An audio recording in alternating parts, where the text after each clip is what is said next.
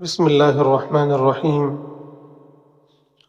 الحمد لله كفى وسلام على عباده الذين اصطفى.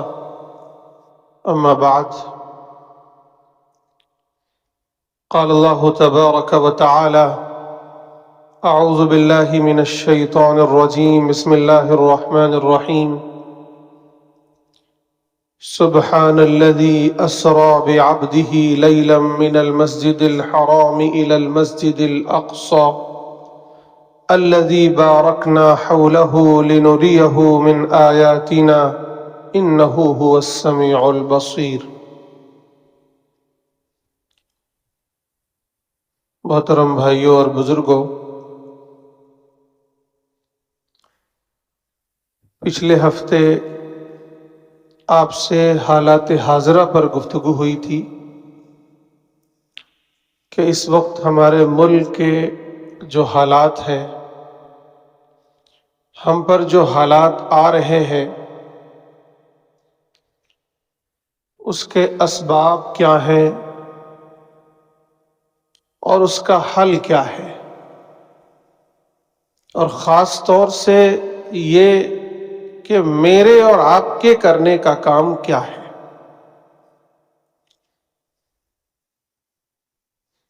ایک بات اور عرض کر دوں، پچھلے ہی خطبے کے تناظر میں، کہ میرے بھائیوں، جو بھی اس وقت حالات ہیں، یقیناً کہیں نہ کہیں اس میں ہم سب کی کوتاہیاں شامل ہیں۔ کہیں نہ کہیں مجھ سے بھی کوئی غلطی ہوئی ہے، آپ سے بھی ہوئی ہے، بڑوں سے بھی ہوئی ہے، چھوٹوں سے بھی ہوئی ہے، لیکن اس کا یہ مطلب ہرگز نہیں ہے کہ ہم ایک دوسرے پر بس تنقید کرتے رہیں، ایک دوسرے کو کوستے رہیں، الزام تراشی کرتے رہیں اور بس، بلکہ اس سے اوپر اٹھ کر ہمارے اور آپ کے کرنے کا کام یہ ہے کہ ہم اور آپ بہت ہی سنجیدگی کے ساتھ اپنا جائزہ لیں، خود اپنا احتساب کریں کہ میں جہاں ہوں، میں جس سطح پر ہوں، وہاں مجھ سے کوئی کوتاہی ہو رہی ہے یا نہیں ہو رہی۔ اگر مجھ سے کوئی کوتاہی ہو رہی ہے، مجھ سے کوئی غلطی ہو رہی ہے، تو میں اسے ٹھیک کروں۔ مجھے ایک چھوٹی سی چھت ملی ہوئی ہے، گویا اس چھت میں پانی کہاں سے گر رہا ہے، میرے اس حصے میں پانی کہاں رس رہا ہے، میں اسے درست کر لوں۔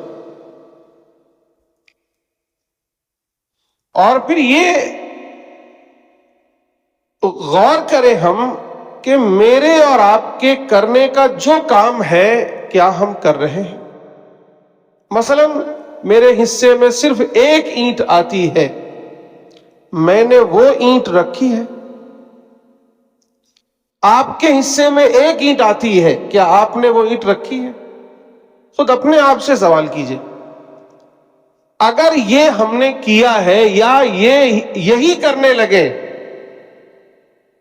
تو انقلاب بہت دور نہیں ہے، یہیں سے انقلاب ہونا شروع ہو جائے گا، انقلاب آ جائے گا۔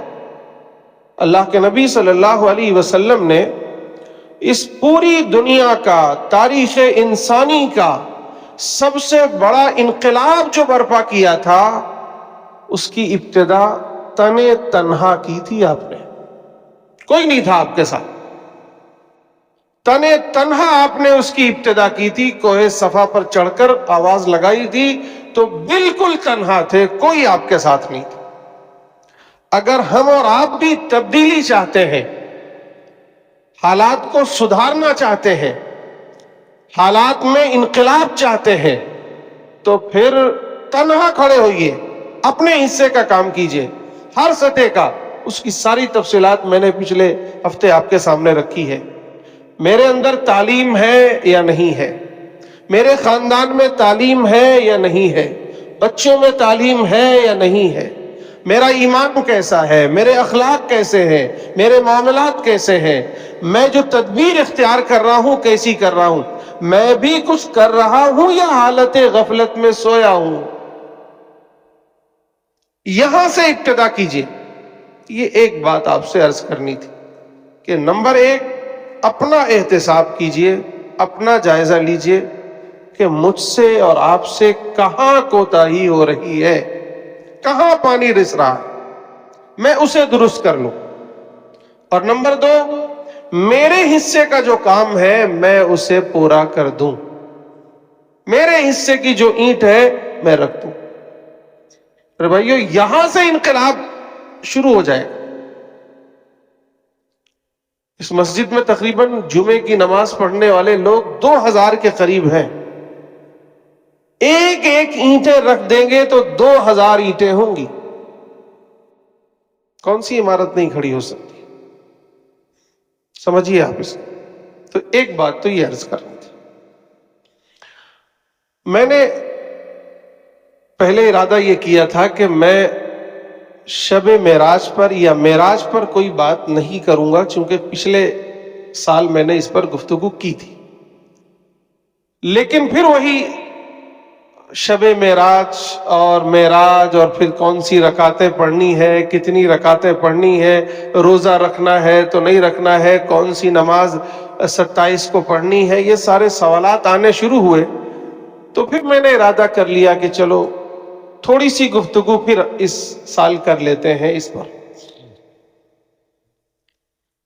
تو آج میری گفتگو کا موضوع ہے معراج، واقعہ معراج، اس کی تاریخ اور اس سے حاصل ہونے والے ہمارے لیے اسباق کیا ہیں، نصائح کیا ہیں، نصیحتیں کیا ملتی ہیں اس واقعے سے. پہلی بات اچھی طرح سمجھ لیجئے کہ واقع معراج برحق ہے، قرآن مجید سے ثابت ہے، احادیث متواترہ سے ثابت ہے. اس لیے اس واقعے کا انکار تو کوئی نہیں کر سکتا. اور یہ بات بھی اچھی طرح سمجھ لیجئے کہ یہ جو معراج ہوئی تھی، اس کے دو حصے ہیں. ایک ہے اسراء اور دوسرا ہے معراج. اسراء کے معنی ہوتے ہیں رات میں لے جانے کو، معراج کے معنی ہوتے ہیں اوپر چڑھنے کو، اوپر بلندی کی طرف چڑھانے کو، چڑھنے کو. سیڑھی کو بھی معراج کہتا ہے. تو واقع معراج کے دو حصے ہیں. ایک ہے اسراء، یعنی اللہ کے نبی صلی اللہ علیہ وسلم مکے سے جو بیت المقدس تشریف لے گئے وہ اسراء کہلاتا ہے. قرآن مجید میں ہے سبحان الذی اسری بعبدہ لیلا من المسجد الحرام الی المسجد الاقصی.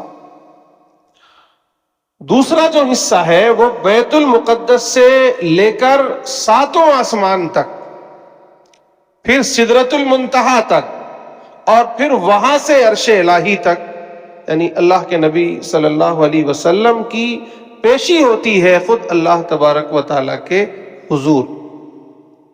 اس دوسرے حصے کو معراج کہتے ہیں. اور یہ واقعہ صرف روحانی نہیں ہے. بہت سے لوگ کہتے ہیں کہ یہ حالت خواب میں یا روحانی طور پر آپ کو لے جایا گیا. یہ درست نہیں ہے، بلکہ آپ کا یہ سفر، آپ کی یہ معراج روحانی بھی تھی اور جسمانی بھی تھی.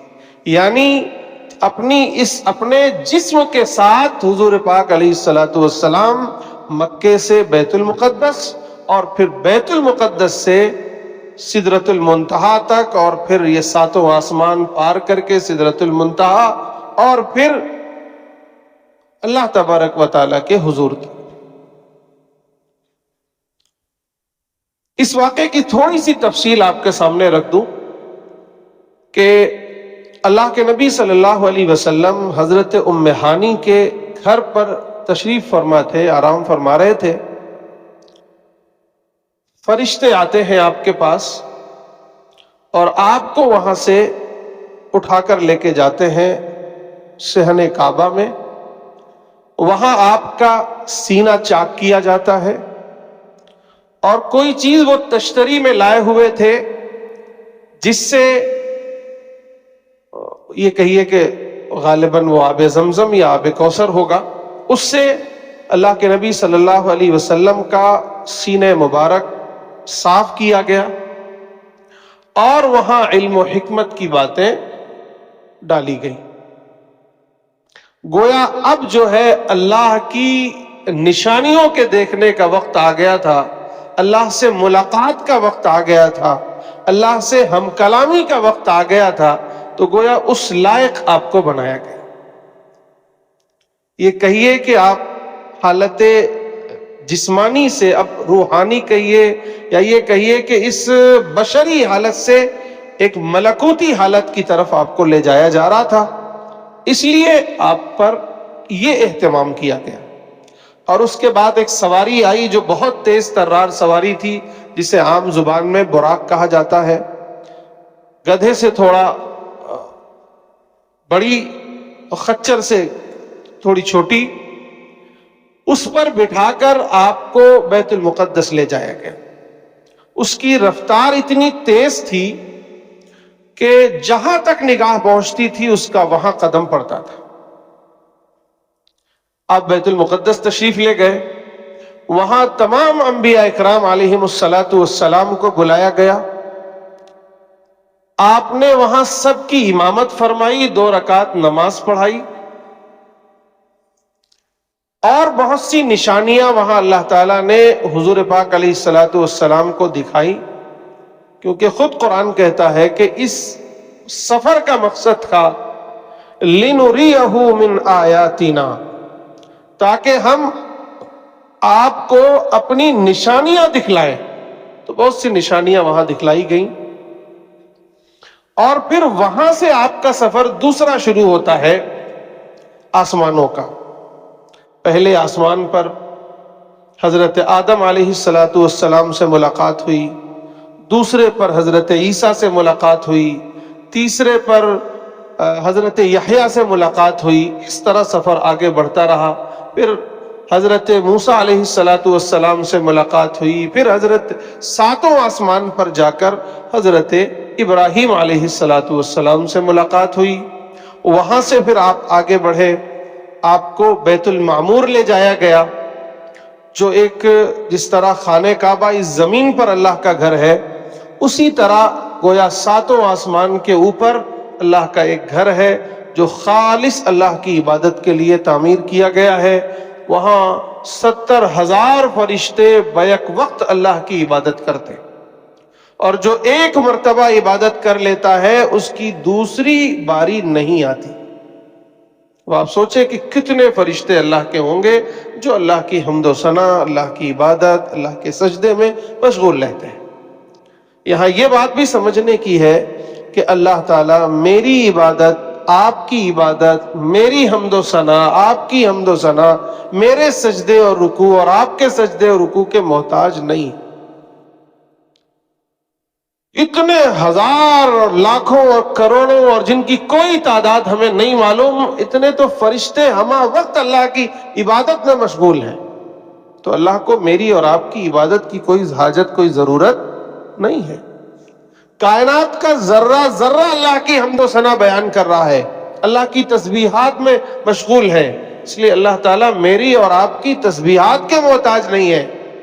یہ تو میرے اور آپ کا شرف ہے، میرا اور آپ کا شرف ہے کہ ہم اللہ کی یاد کر لیں، اللہ کی تسبیحات بیان کر لیں، اللہ کی بڑائی بیان کر لیں، اللہ کو سجدہ ریز ہو جائیں، اللہ کے سامنے ہاتھ باندھ کر کھڑے ہو جائیں، اللہ کی عبادت کر لیں۔ یہ میری اور آپ کی معراج ہے، میرا اور آپ کا شرف ہے، میرا اور آپ کا اعزاز ہے، ورنہ اللہ کو ہماری عبادتوں کی کوئی ضرورت، کوئی حاجت نہیں ہے۔ ہم یہ سمجھے کہ ہم نے بڑا احسان کر دیا تھا۔ خیر، پھر وہ بیت المعمور سے آپ کو اور آگے لے جایا گیا، سدرۃ المنتہا ایک جگہ ہے، وہاں لے جایا گیا۔ سدرہ کہتے ہیں بیر کے پیڑ کو، منتہا کہتے ہیں آخری جو ڈسٹینس ہوتی ہے اس کو منتہا کہتے ہیں۔ وہ آخری جگہ جو ایک درخت ہے جس کی کیفیت اللہ کے نبی صلی اللہ علیہ وسلم نے یوں بیان فرمائی ہے کہ اس کے پتے ہاتھی کے کان کی طرح تھے، بڑے بڑے. اس کے پھل ایسے تھے جیسے بڑے بڑے مٹکے ہوں. اس پر اللہ تعالیٰ نے اپنی نشانیاں فرمائی. وہ اللہ کی خاص نشانیاں تھی. وہ کیا تھی؟ گویا اللہ کی تجلی تھی جسے اللہ کے نبی صلی اللہ علیہ وسلم نے دیکھا.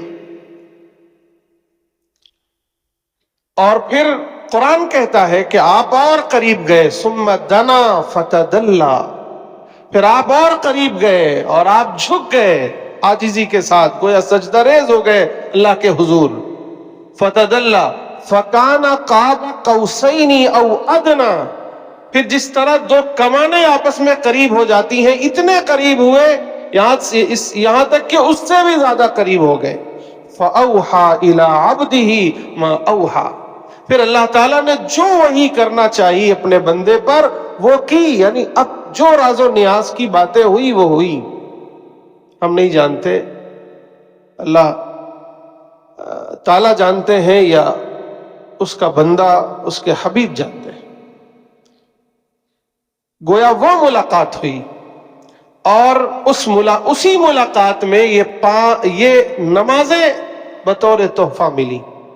50 وقت کی نمازیں ملی تھیں، آپ لے کر واپس آئے. حضرت موسیٰ نے کہا یہ 50 وقت کی نمازیں میری امت سے میں تجربہ کر چکا ہوں، یہ آپ کی امت برداشت نہیں کر سکے گی. کئی مرتبہ حضور پاک علیہ الصلوۃ والسلام واپس تشریف لے گئے اور پھر اخیر میں 5 نمازیں بچتی ہیں. پھر بھی حضرت موسیٰ نے کہا کہ یہ بھی آپ کی امت پر بھاری ہوگی. اللہ کے نبی صلی اللہ علیہ وسلم نے کہا کہ نہیں، اب مجھے حیا آتی ہے، مجھے شرم آتی ہے، میں اب اس سے زیادہ کم کرانے نہیں آؤں گا. مجھے امید ہے کہ میری امت ان 5 وقت کی نمازوں کو پورا کرے گی، اسے پڑھے گی. اب ہم اور آپ اپنا اپنا جائزہ لے کر بتائیں میرے بھائیوں کہ یہ 5 وقت کی نمازیں ہم پر بھاری ہیں یا نہیں ہیں؟ کیا حالت ہے؟ ابھی چند ہفتوں پہلے آپ سے ہی میں نے جائزہ کروایا تھا تو پتہ چلا کہ صرف 2% لوگ ہیں جو 5 وقتہ نمازی ہیں، بقیہ سب غائب ہیں. وہ حضرت موسیٰ علیہ السلام کی بات سچ ثابت ہو رہی ہے، اور ہم اپنے عمل سے رسول اللہ صلی اللہ علیہ وسلم کا جو حسن ظن تھا ہمارے بارے میں اس کو ہم غلط ثابت کر رہے ہیں. اور یہ تو تحفہ تھا، یہ بوجھ نہیں تھا، یہ تو تحفہ تھا. تحفہ لینے سے کون انکار کرتا ہے میرے بھائیوں؟ ہم ہی بے وقوف ہیں، ہم ہی بدقسمت ہیں کہ تحفہ لینے سے انکار کر رہے ہیں. اور وہ تحفہ دینے والا بھی کون ہے؟ ہمارا رب، سب کا رب، ہمارا مالک، ہمارا خدا،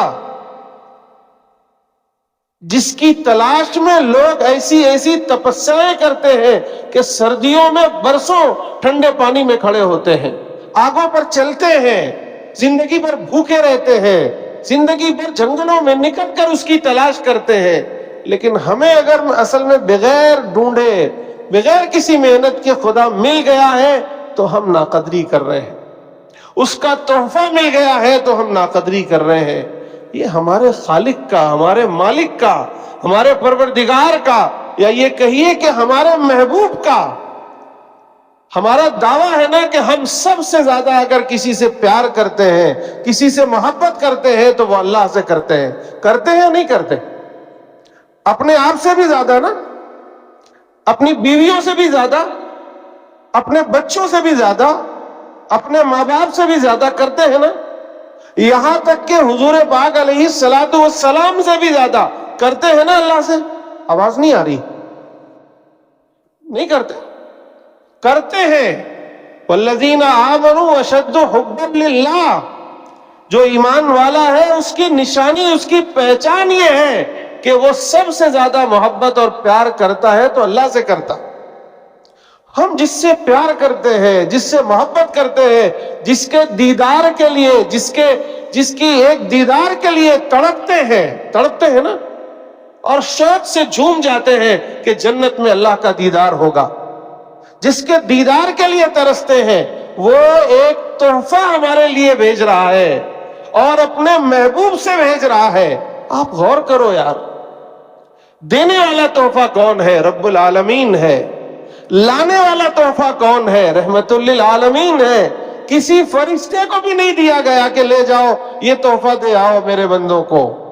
اپنے سب سے محبوب شخصیت کو بلا کر اپنے دربار میں کہا گیا کہ لو یہ میرے بندوں کے لیے میرا تحفہ ہے, لے جاؤ دے دو. میرے ایمان والے بندوں کے لیے جو دعویٰ کرتے ہیں کہ ہم سب سے زیادہ اللہ سے محبت کرتے ہیں, ان محبت کرنے والوں کے لیے یہ تحفہ ہے, دے آؤ. یہ تحفہ تھا.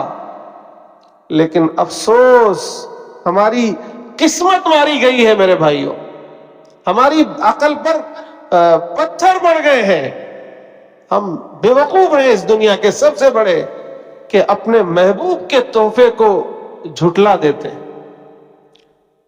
اسے لینے سے انکار کر دیتے ہیں, اس کی قدر نہیں کرتے. افسوس کا مقام ہے. سمجھو آپ, یہ گویا ہماری اور آپ کی معراج ہے.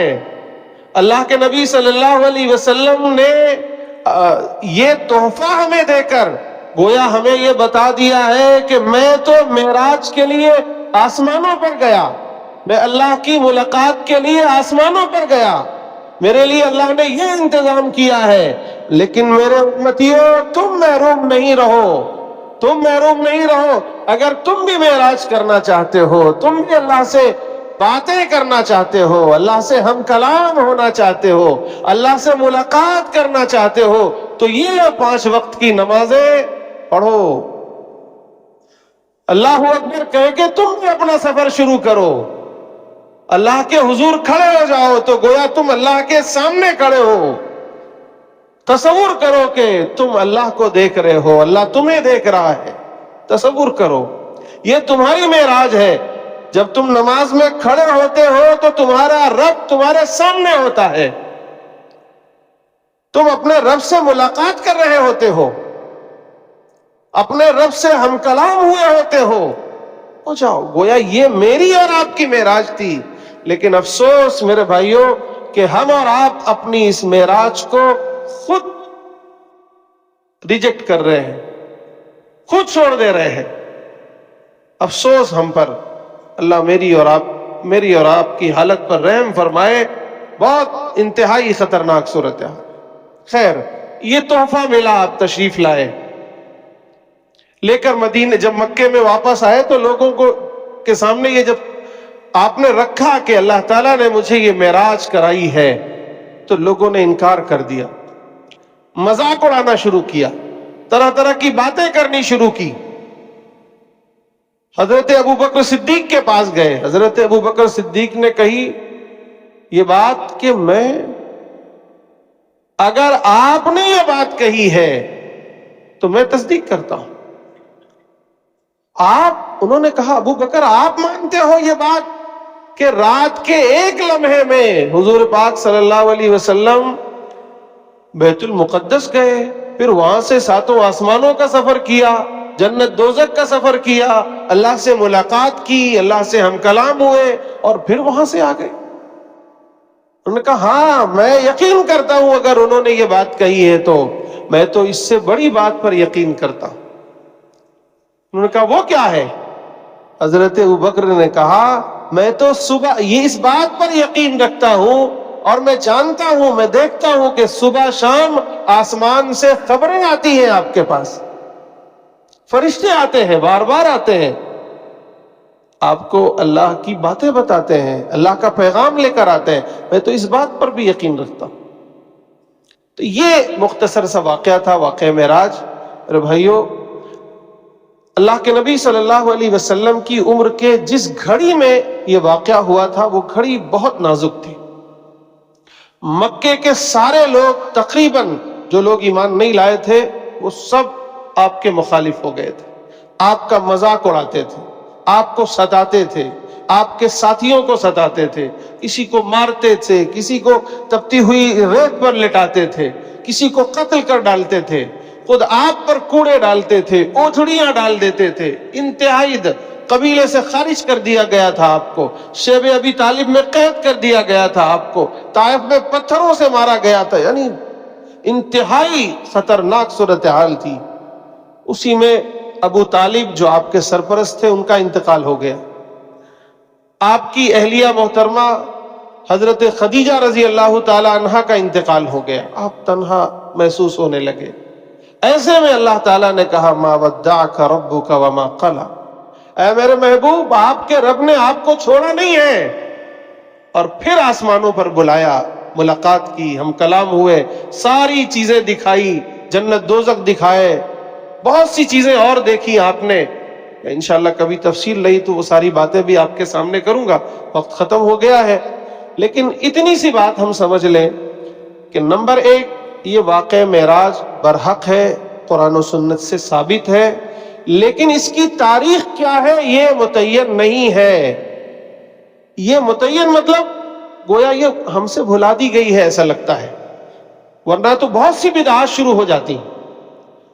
کوئی فکس، بہت سے علماء کی بہت سی الگ الگ رائے ہیں، اسی میں سے ایک رائے یہ ہے کہ 27 رجب وہ تاریخ تھی، لیکن وہ کنفرم وہ بھی نہیں ہے، نمبر ایک۔ نمبر دو، اگر کنفرم بھی ہو جائے تو شب معراج یا معراج کا سب سے بڑا تحفہ 5 وقت کی نمازیں ہیں، نہ کہ الگ سے کوئی نفل، الگ سے کوئی رکعت، الگ سے کوئی جماعت، الگ سے کوئی نماز، الگ سے کوئی روزہ، الگ سے کوئی کچھ اور، کچھ نہیں۔ سب سے بڑا تحفہ ہے 5 وقت کا کی نماز۔ زندگی بھر اسے تھامے رکھیے، پڑھتے رہیے، یہی سب سے بڑا۔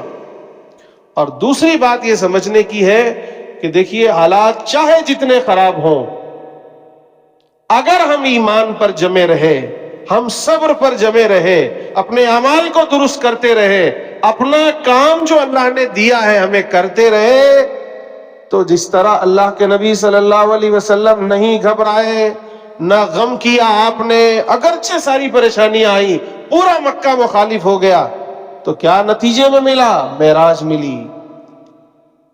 ہمیں اور آپ کو بھی اگر یہ چاہتے ہیں کہ معراج ملے، وہ والی معراج نہیں کہ ہمیں بھی آسمانوں پر اٹھایا جائے، معراج یہ کہ ہمیں یہ جو زوال ملا ہوا ہے، یہ جو پستی ہماری ہے، یہ جو ذلت و خواری ہے، اس سے ہم دوبارہ پھر اٹھیں، پھر عزت ملے، پھر عروج حاصل ہو، پھر غلبہ حاصل ہو، پھر اقتدار حاصل ہو، پھر ہم سرخرو ہو اس دنیا میں، تو پھر صبر کے ساتھ، ایمان کے ساتھ اپنے حصے کا کام کرنا پڑے گا۔